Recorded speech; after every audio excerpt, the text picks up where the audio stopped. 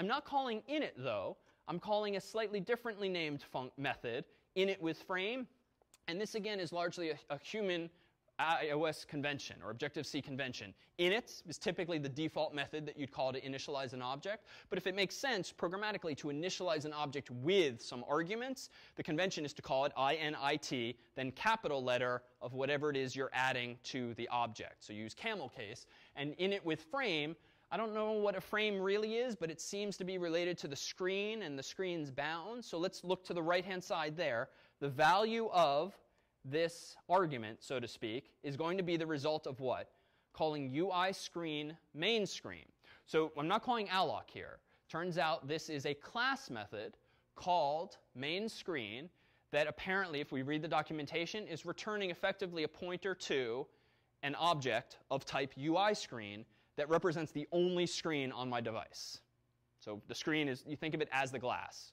Meanwhile, that glass is a fixed size. So when I pass the message called bounds to this UI screen object, what do you think bounds returns? Yeah, the dimensions, the height and the width, effectively, which is going to be a little different if it's an iPhone 3 or an iPhone 4S or an iPhone 5. Depends on the device. Or an iPad, depends on the device, potentially.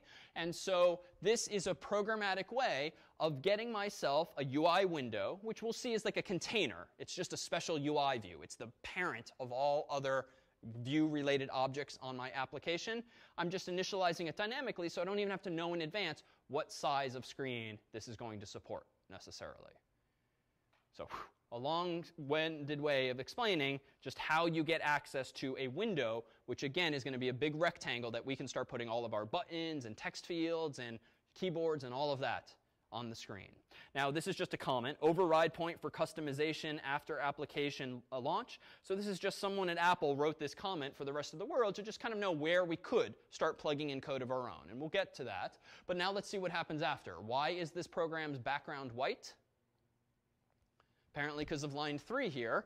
Self.window.backgroundColor gets UI color white color. So here, too, we have some conventions. Self.window is the property that's referring to my window object, whatever that is. It's a rectangle, a canvas on which we'll paint other objects. Background color, this, too, is a property. And I know that because of the fact that there's a dot there, honestly. That's my clue that this is another property associated with that object. And meanwhile, UI color, I'm going to guess is a class, just because it's capital U, capital I, capital C. It's following the conventions that Apple has for class names. What kind of method is white color, apparently?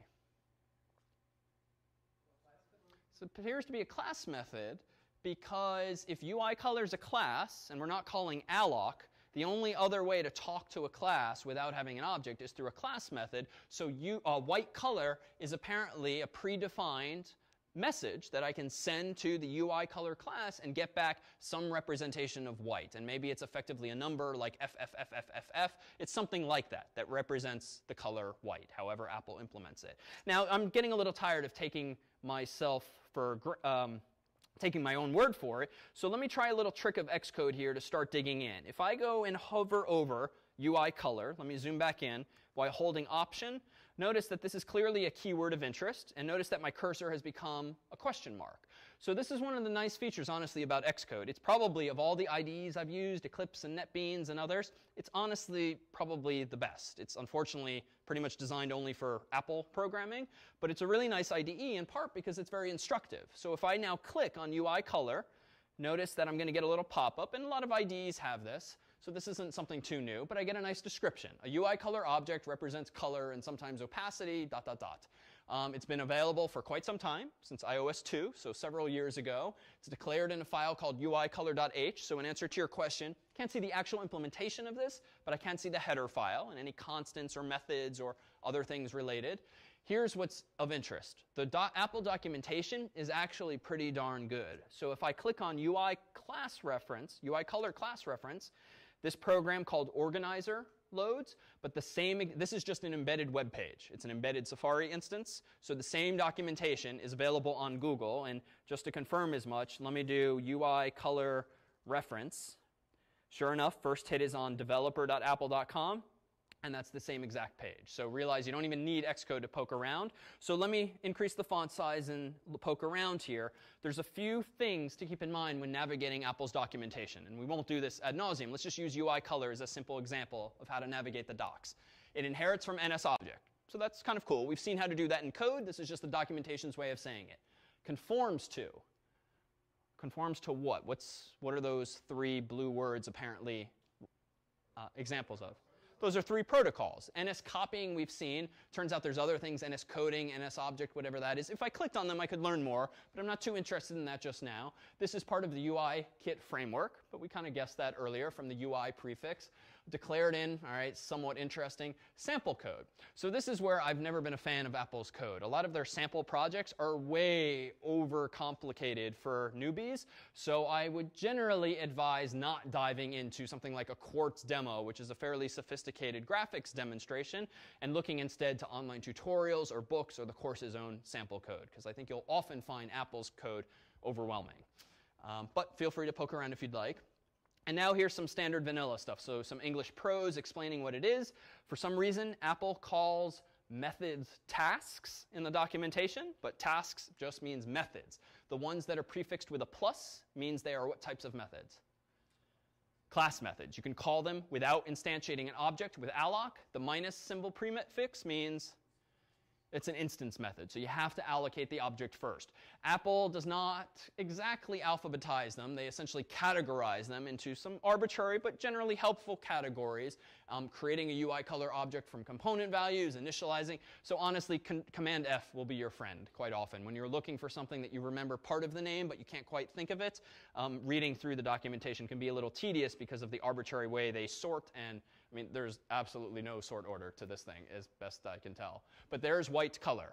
So if we click on white color, notice that it's also a plus. So it's not a property. It's a method that gets passed to an object, message that gets passed to an object, and there's its documentation. And let's consider this as representative of the rest of the docs.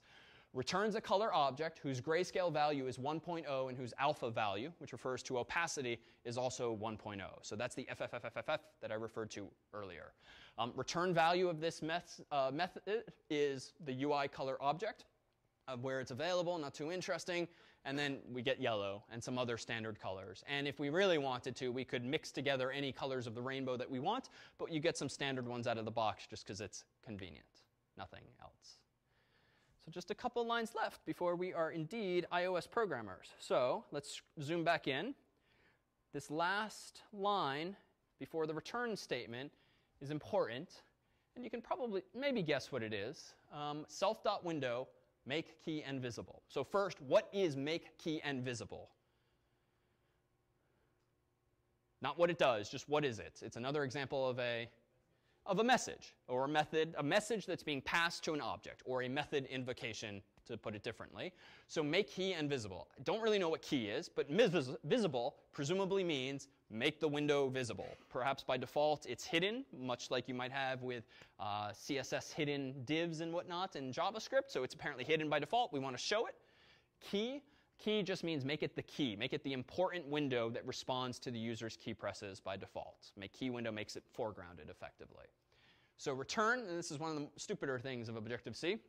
Whereas the rest of the world uses 0 or 1 or true or false, Objective-C uses yes or no in all caps. It's just a Boolean value. Return yes means return success in this particular case.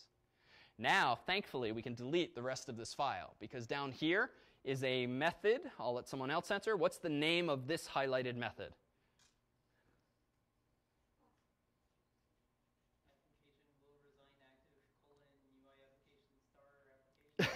Too much. You consume too much of the string. It's just UI will resign active. And if you're writing it out, include the colon. But the name of this method or this message is application will resign active. If I actually read the comments, it'll explain in more detail what it does. But in a nutshell, this is a method that will be invoked automatically by the operating system when my application, as implemented in my app.delegate class, is about to do what? Resign active state. So it's when the user has hit the button, but nothing has quite happened yet. So that's my way of responding. So think again about JavaScript and DOM events, things like onKeyDown, on key up, on submit, on change. All of these event handlers, very similar in spirit, whereas those event handlers in JavaScript are called on submit, on click, on key up, and so forth. In Objective-C, they're a little more, in iOS, they're named more verbosely, but it's the same idea. These are event handlers that are being invoked for me by the operating system. What's another? Application did enter background. So when the thing has actually been backgrounded. Application will enter foreground. So just before it appears on the screen, maybe I want to update the inbox so that the user sees the current inbox, not the old one that what might have been the case when they backgrounded it a day ago. Application did become